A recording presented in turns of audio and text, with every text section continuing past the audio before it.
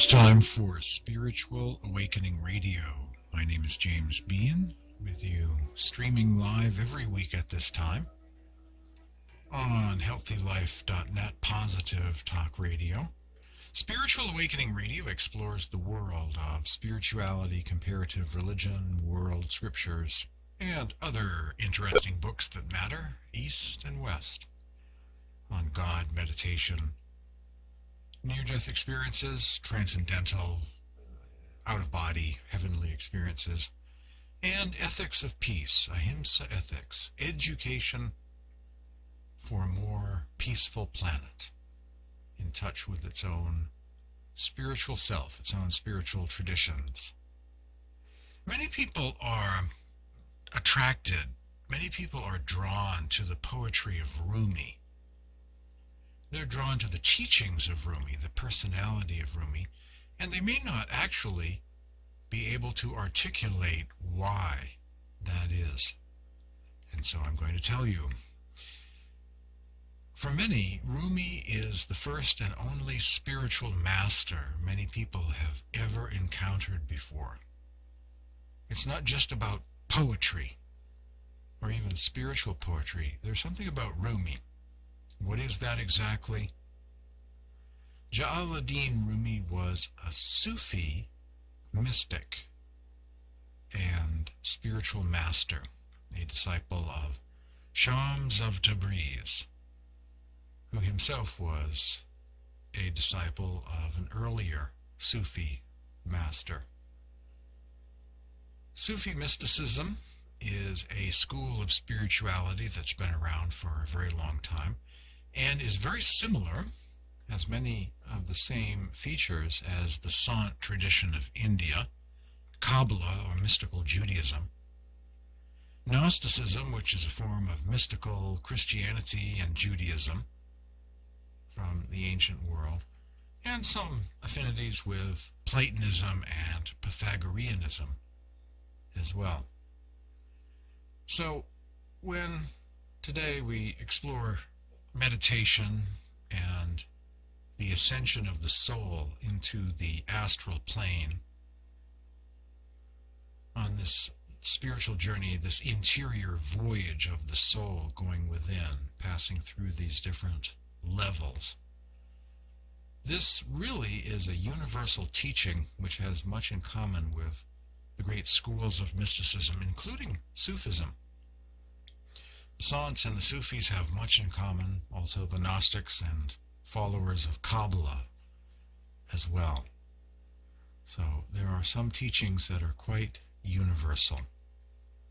The focus of the program today is the ascension of the soul into the astral realm and meditation practice, learning the art of meditation. And this, of course, is not just meditation as a kind of relaxation response, but more like meditation as a portal or doorway, a third eye center that looks within, a third ear that hears transcendentally, an opening into inner worlds, heavens, inner regions, levels of consciousness. And so I begin with poetry, not Rumi poetry, but someone who was a fan of Rumi and was a creator of poetry in his own right, Sant Tulsi Sahib of Hathras, India.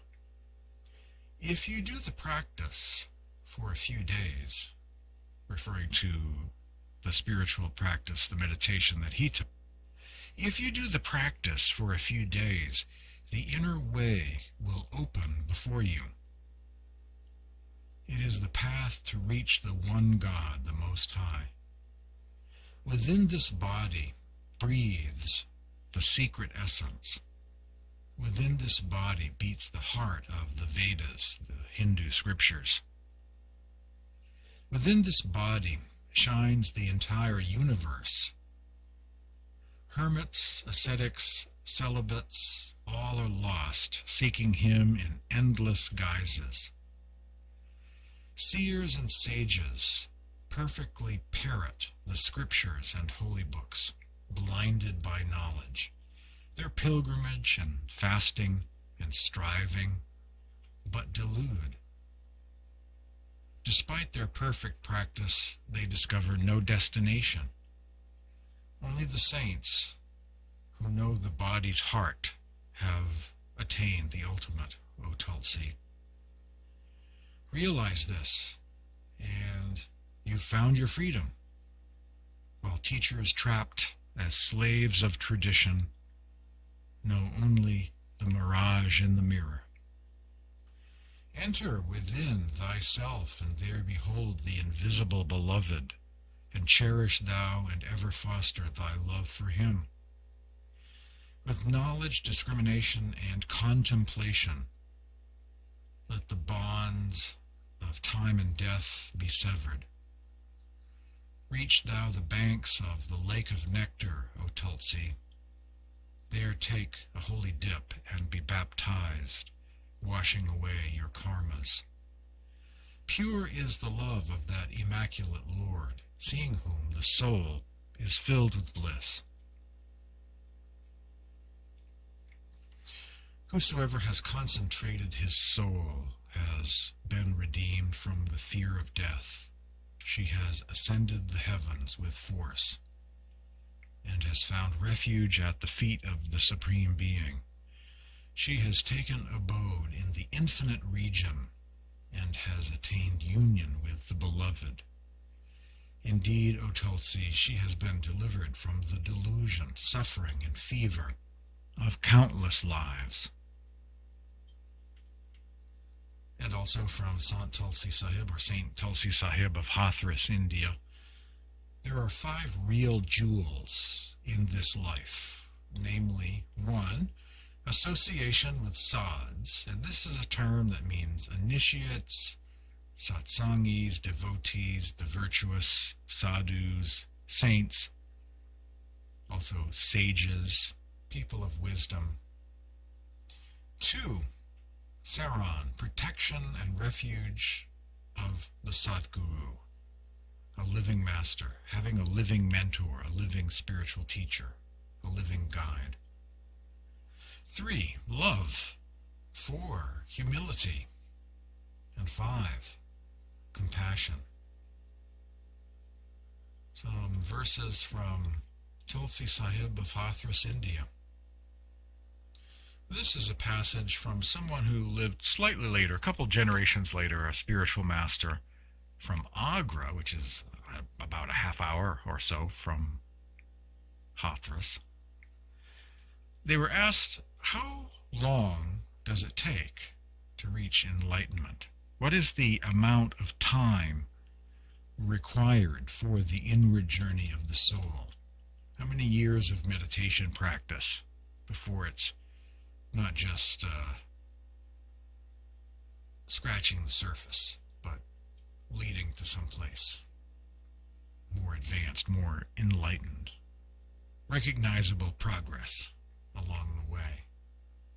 Teacher, what amount of time will it take for a practitioner of inner light and sound meditation, known as surat shabd yoga, to secure access to the higher regions?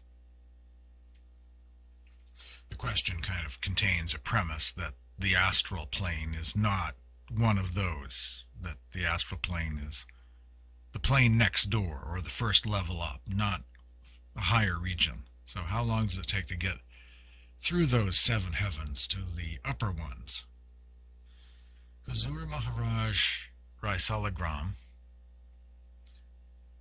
a spiritual master in Agra, replies saying, no time limit can be prescribed for it. One is said to have secured access to higher regions if one enjoys bliss internally and hears the inner sound clearly. But the attainment of this state depends upon the keenness of one's longing and yearning. This takes 10 or 12 or 15 years to, it takes 10 to 12 or 15 years to acquire worldly learning and knowledge, and even then one does not gain mastery over the subject one studies. 15 to 20 years are taken in learning the ways of the world. In the same way, time will be required for giving up worldly habits and adopting pious ones. But in spirituality, if the love and renunciation of a practitioner are keen and strong, and he or she devotes enough time to the daily meditation practice and satsang, which is a term for spiritual gathering, for instruction, and sometimes group meditation with others, and gives very little time to worldly matters or wranglings, then in a short time, say 4 or 5 years, one will be able to achieve at least this much, and they will have full faith in the greatness of the path, the teachings of the masters, and will internally secure so much bliss and contentment that no doubt will be left in the mind about the eventual true redemption. One will get bliss in daily meditation proportionately to the time devoted and the attention that one pays to it.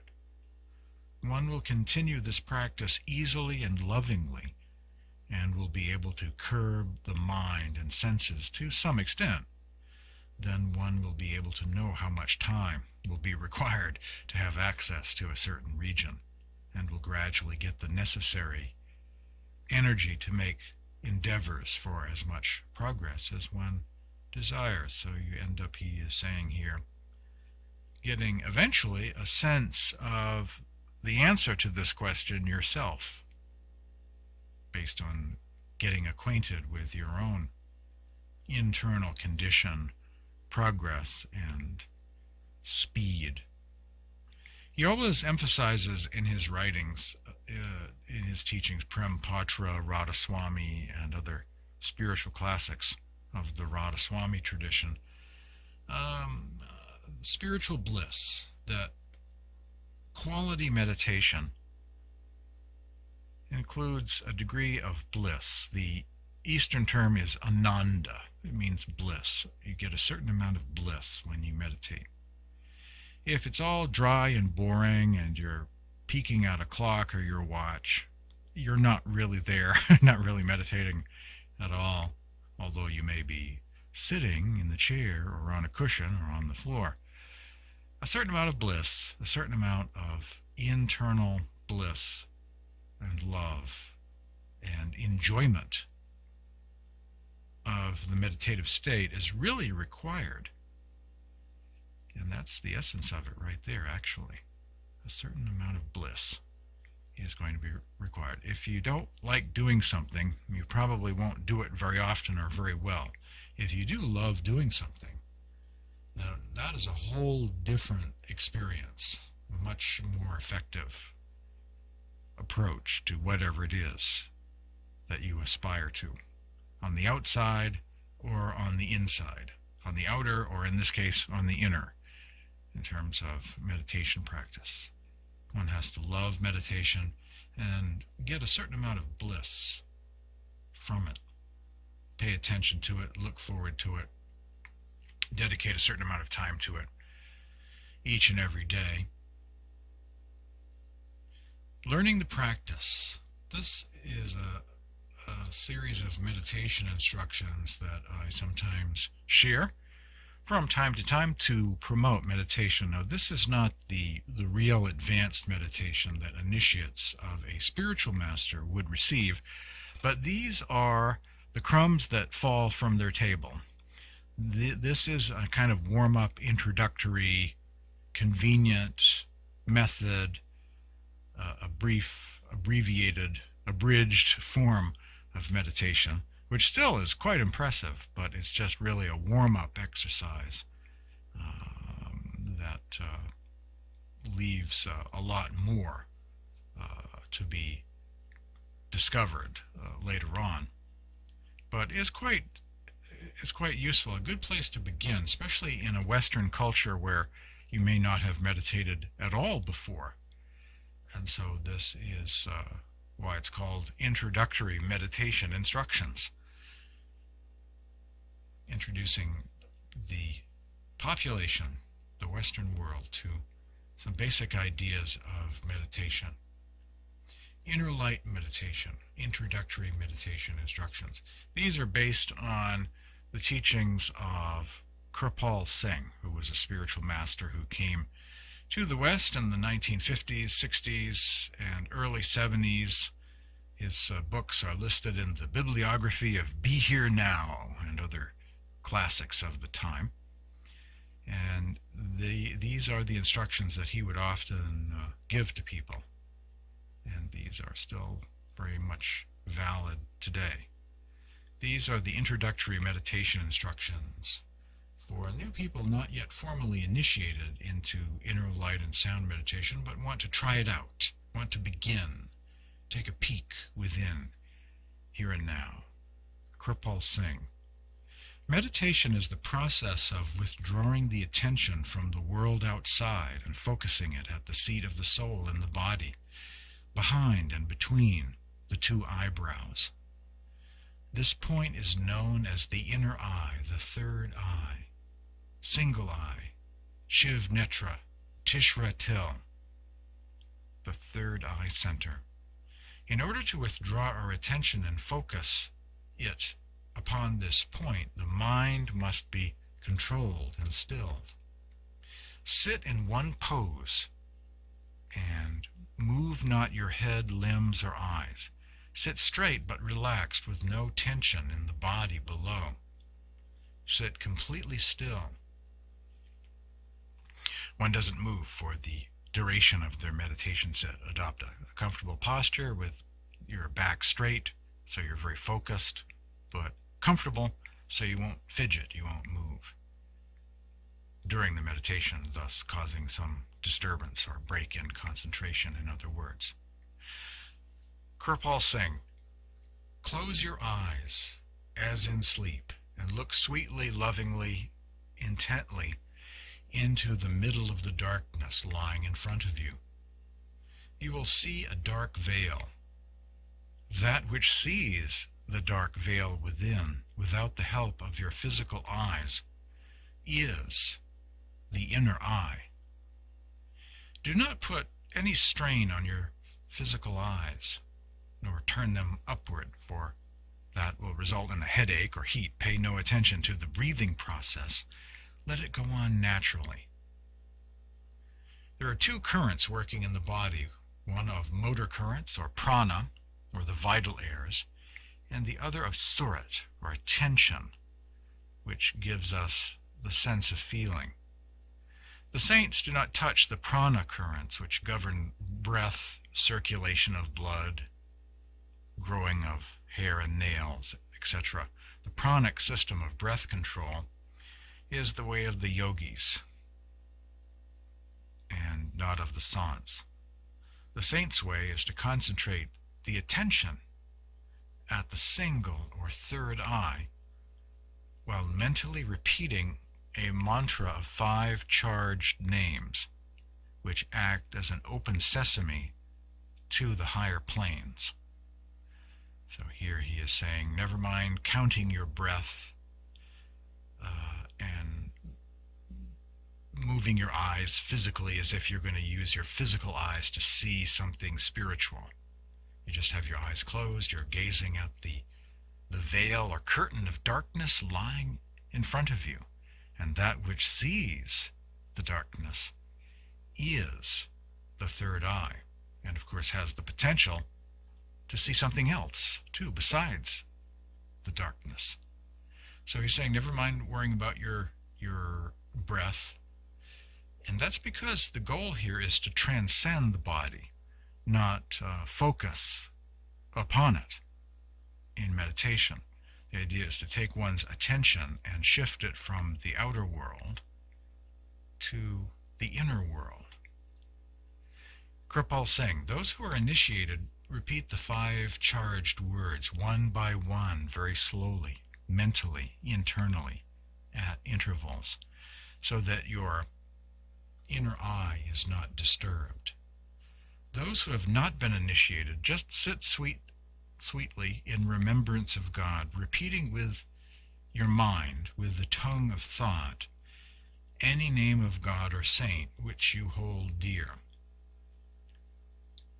And then I give an example: Ram, Hu, Om, Allah, Yeshua, Radhasoami, Great Spirit, or some other sacred name. You can pick your own mantra. You can adopt, if you don't have one already. You can choose a mantra for yourself. Now, of course, if you're an initiate of a teacher, you are given a mantra by that teacher along with instruction on how to use it. But for those who are new and experimenting with this for the first time, you can adopt your own mantra, preferably a name that you already revere and have a great deal of respect for. After the break, more about this introductory meditation instruction. And I'll give you my email address after the break as well, in case you'd like me to send you a copy of these meditation instructions. You're hearing Spiritual Awakening Radio. Stay tuned.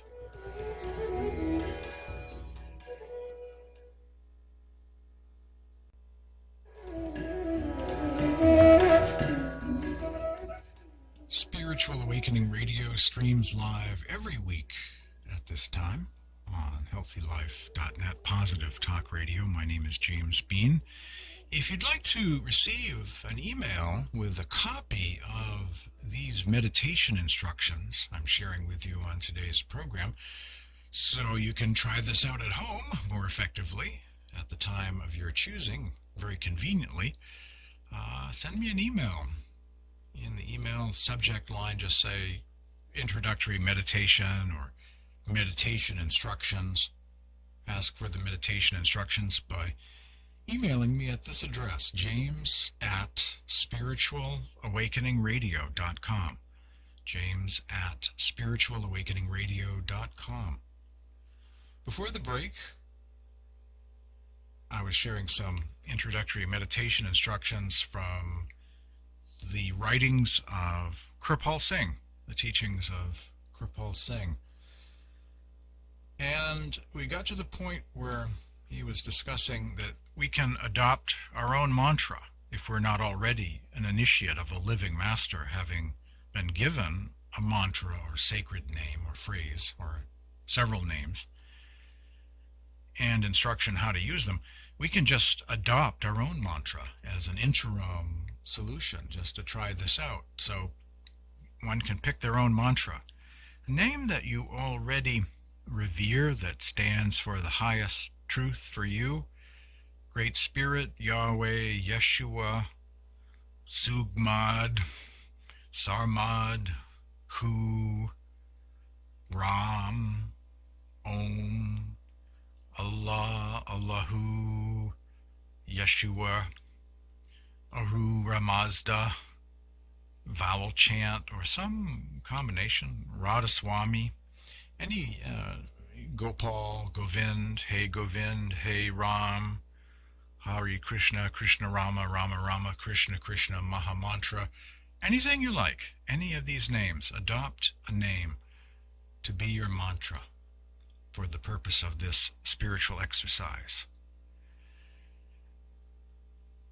Back to Kirpal Singh's meditation instructions. As you look within, you will see a sky or blue sky. If you look minutely into it, you will find it studded with stars. You may see pinpoints of light. If so, try to locate the big star out of them and fix your whole attention on that. Then you may see the star, or the inner star, the inner sun or moon. If so, focus all of your attention into the middle of it. It will break into pieces and you will cross it. Beyond, you will see the radiant form of the master or his master. So, okay, to summarize, one sits with a posture that one can stay with for the duration of their meditation sit, without fidgeting, pain, needing to move. And for a very short period of time, 5, 10, 15, 20 minutes, no more than half an hour, hopefully not less than 60 seconds, but no more than a half hour, somewhere in between for most people, I suspect. One sits calmly, with eyes closed, gazing into the darkness that's lying in front of them, slowly, mentally repeating one of these mantra names, these sacred names, any sacred name that they desire. They're gazing into the darkness while repeating their sacred word mentally, with the tongue of thought, if you will. Mentally chanting slowly their name. Ram, Ram, Yeshua be merciful, Yeshua be merciful. Hey Ram, Hey Govind. Whatever your mantra is that you have adopted, Great Spirit. You're repeating that word, and you're gazing into the darkness with eyes closed, being very comfortable and still. As you look within, you will see a sky or blue sky. You may notice inner light. Kirpal Singh, if you look minutely into it, you will find it studded with stars, or you may see pinpoints of light. If so, try to locate the big star out of them and fix your whole attention on that. You may see the inner star, the inner sun or moon. If so, focus all of your attention into the middle. It will break into pieces and you will cross it.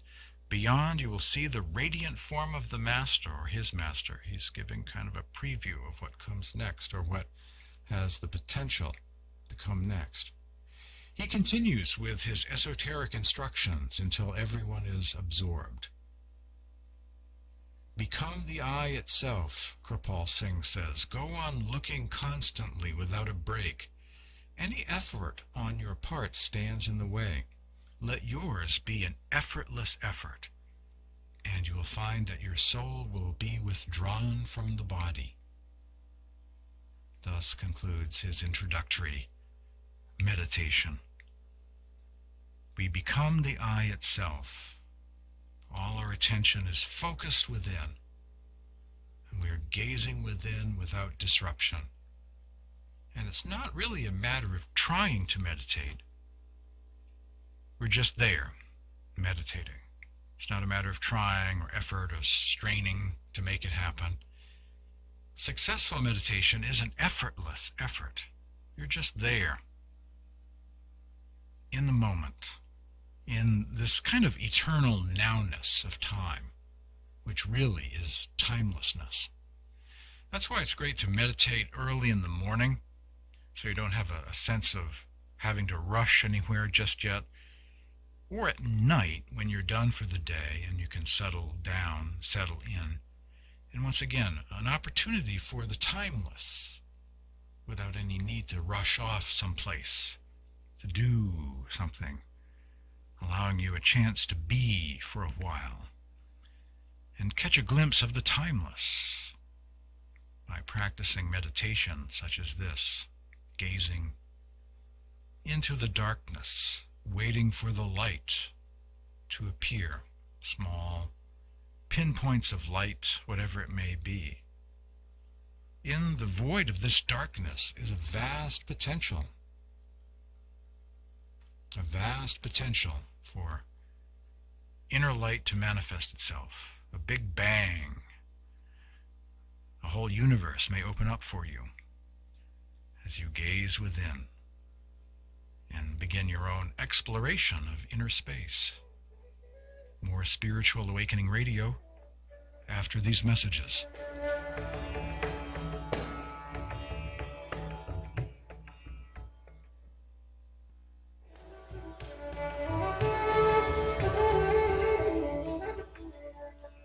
I can send you a copy of the introductory meditation instructions from the writings of Kirpal Singh if you send me an email at this address, james@spiritualawakeningradio.com. Before the interior voyage of light and sound can begin, the meditator must become adept at withdrawing his or her attention from the world outside and concentrating one-pointedly at the third eye center. Accordingly, when the neophyte has achieved even a slight degree of success, having sensations of numbness just up to the solar plexus, flashes of light will begin to manifest. At first it appears that the light is coming and going, causing the phenomenon of bright sparks or stars, but in actuality it is the mind which is ascending and descending. In other words, the light is always there. We just haven't paid any attention to it before. And so when we close our eyes to meditate, we may see the inner light, but it's not because the inner light has chosen to come and greet us, has become something that exists from that moment. It's always been there this whole time. George Fox, founder of the Quakers, the light of God is within everyone, is within all living things. And the saints of India say the same thing. The light and sound are within everyone. What's going on is our attention has started to focus within. And like the astronomer pointing his telescope at a dark patch of the sky at night and focusing, we too in meditation, exploring inner space, start to focus and pay attention and discover that there is light in another kind of sky, a mystic sky within. At this junction, the meditator senses an intense feeling of upward movement, as if literally being pulled by a magnetic force. The sucking effect is the direct result of one's attention moving inward away from the outer orifices. Though it may be a preliminary stage, the student experiences firsthand what it is like to have an out-of-body sensation. With practice, the meditator finally does achieve total out-of-body consciousness, traveling at immense speed through regions of darkness, not dissimilar in content to reports of clinically dead patients who have been resuscitated. And we think of those books by Kenneth Ring and Raymond Moody and others on near-death experiences. So it's kind of the same thing, only by way of meditation we can catch a glimpse of the heavens, the inner space. And I like pointing out in talks sometimes that we're not really exploring someone else's territory. We're not trespassing on somebody else's realm. When we do this, we're really exploring the interior castle of our own being, the rooms of the house, the mansion of many mansions that are inside, the rooms of the house. So we're exploring the temple of our own body. We're going within. So this is our space. This is our inner space that we're exploring. I just like pointing that out from time to time. Swami Sant Seviji Maharaj, in his book The Harmony of All Religions, says, we travel back from the realm of darkness to the realm of light. Swami Sant Seviji says, the individual soul has descended from the higher worlds, the realms of the divine, to the city of illusion. It has descended from the soundless state to the essence of sound, from that sound to light, and finally from the realm of light to the realm of darkness. The current of consciousness, which is dispersed in the 9 gates of the body and the senses, must be collected at the 10th gate, known as the 6th chakra, the third eye center, between the eyebrows. Therein lies the path of our return. This is the act of leaving the gates of the senses and becoming established in the soul. We travel back from the realm of darkness to the realm of light, from the light to the divine sound, and from the realm of sound to the soundless state. And this is the essence of Dharma. This is what the whole point of spirituality, the spiritual path, religions, religious systems is supposed to be. Or used to be before the knowledge got lost, or it got hijacked, or, forgot, or buried by the sands of time, or subverted in some way, or the mystics died off and certain scriptures were hidden away, or, whatever happened to cause that knowledge to get lost. But when you put the knowledge back again, this is what it's supposed to be about. A binding back of the soul to the divine, a journey back home again. That's the whole point of a spiritual path and teachings and scriptures and meditation practice. After complete withdrawal from the physical body, the neophyte's capacity for inner sight and sound increases tremendously, enabling him or her to see and hear clearly what was only thought before to be a figment of religious imagination. Accompanying this ability is also the realization of a superconscious state of awareness, remarkably more vivid and lucid than the ordinary waking state of consciousness. Thus the soul, when they close their eyes and starts to see some light and hears a faint ringing tone of sound, they have entered the first region. They have gone from the physical state to the astral plane. And during this series of programs, I will map out for you the inner regions.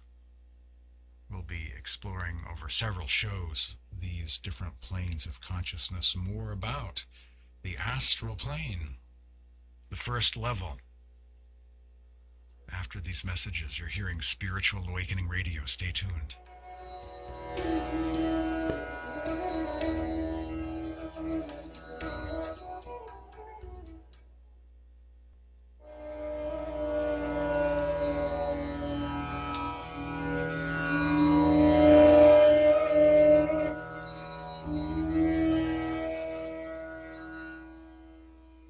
The bumper music used on Spiritual Awakening Radio, the intro and outro music for each of the segments of the program, comes courtesy of Paul Alexander John, who plays the Indian bansuri, the Indian bamboo flute.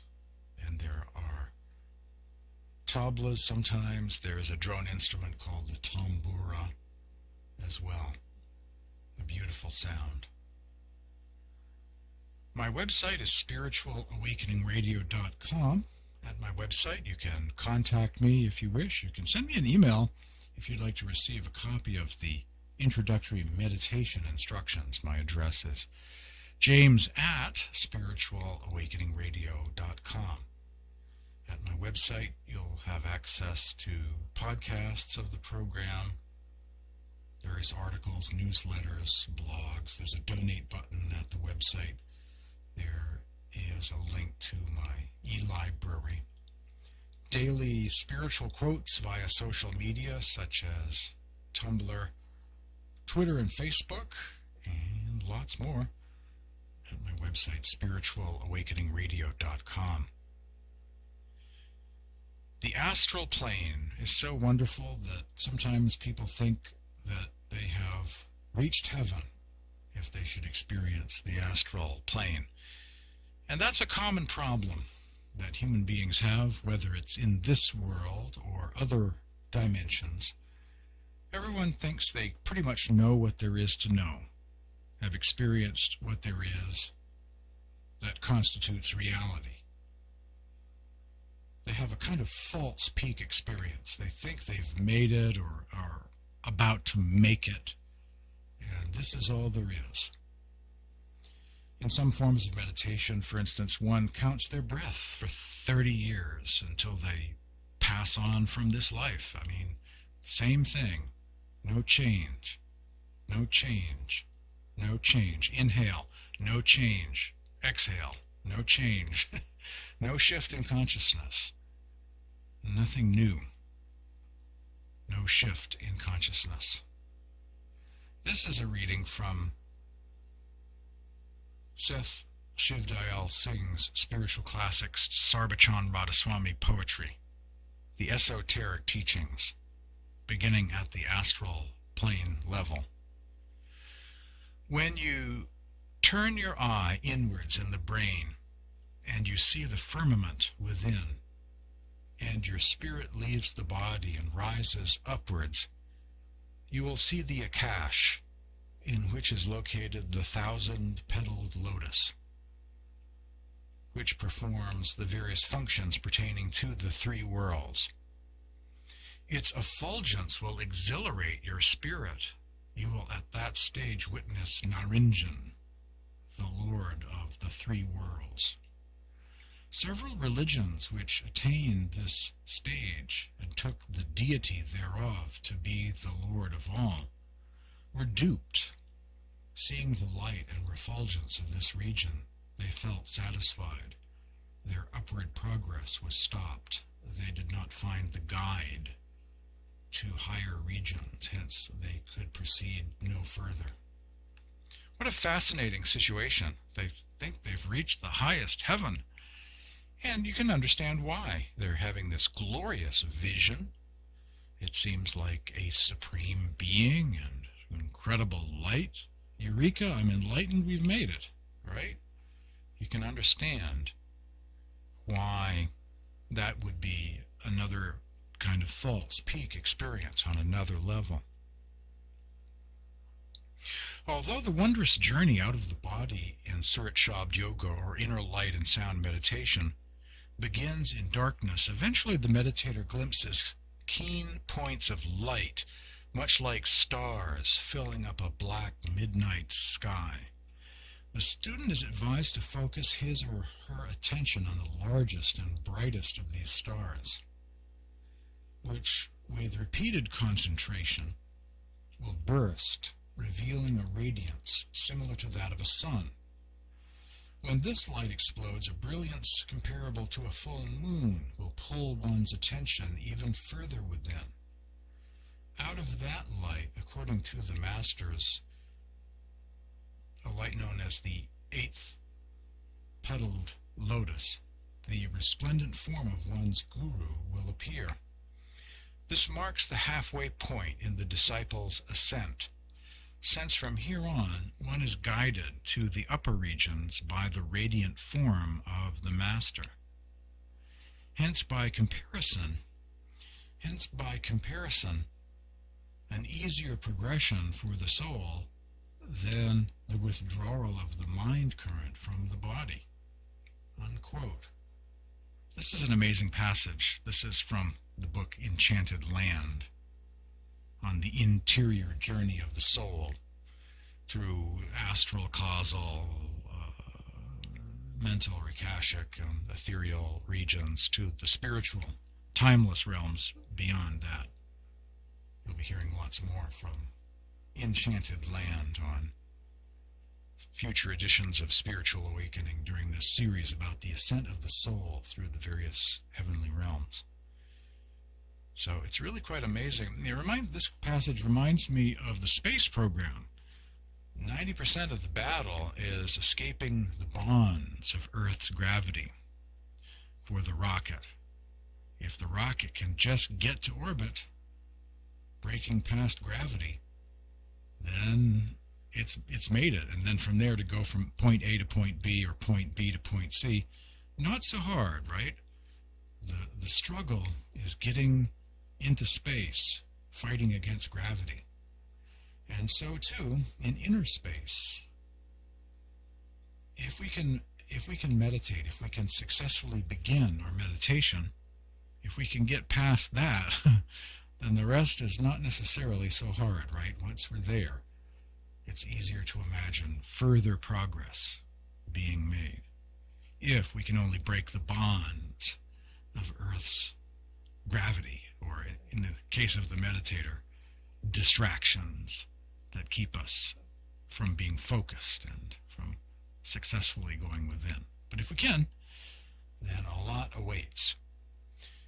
And rather than staying with one scene or one vision or one light or one sound, if we understand that there's always more, then we're on the right track, on the journey home. In the Gospel of Allegenus, the stranger in a strange land, the soul was asked, "Do you remember who you were when you were light?" Thanks for joining me today on Spiritual Awakening Radio. More on this ascent of the soul on the next edition of Spiritual Awakening.